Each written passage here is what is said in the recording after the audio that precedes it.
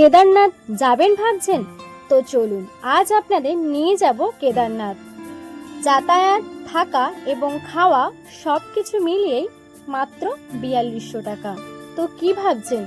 সম্পূর্ণ ডিটেলস জানতে হলে আমাদের চ্যানেলটিকে এক্ষুনি সাবস্ক্রাইব করুন। চ্যানেলের মধ্যে আমরা অলরেডি আগে থেকে লং ভিডিও দিয়ে রেখেছি, তো যান এবং দেখুন সম্পূর্ণ ভিডিওটি।